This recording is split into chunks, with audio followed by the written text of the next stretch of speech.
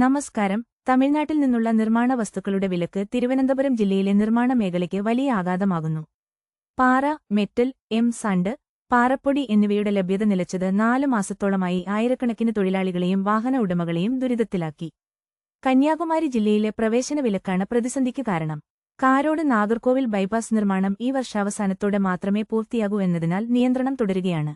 വിഴിഞ്ഞം തുറമുഖം അടക്കമുള്ള പ്രമുഖ പദ്ധതികളും സ്വകാര്യ നിർമ്മാണങ്ങളും ഇപ്പോൾ സ്തംഭനാവസ്ഥയിലാണ്. ദിവസേന 5000-ഓളം ടോറസ് ലോറികളിൽ എത്തിച്ചിരുന്ന സാധനങ്ങളാണ് നിലച്ചത്. ചെങ്കോട്ട വഴി ലോഡ് എത്തിക്കാൻ ശ്രമിക്കുന്നുണ്ടെങ്കിലും ദൂരക്കൂടുതൽ കാരണം വില കുത്തനെ ഉയർന്നു. മെറ്റലിന് 1600 രൂപ മുതൽ 1700 രൂപ വരെയായി.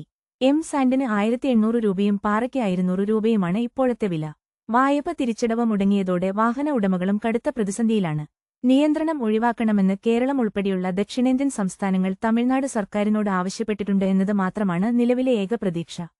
വാർത്തകൾ തത്സമയം അറിയാൻ ഞങ്ങളുടെ ചാനൽ സബ്സ്ക്രൈബ് ചെയ്യൂ. നന്ദി.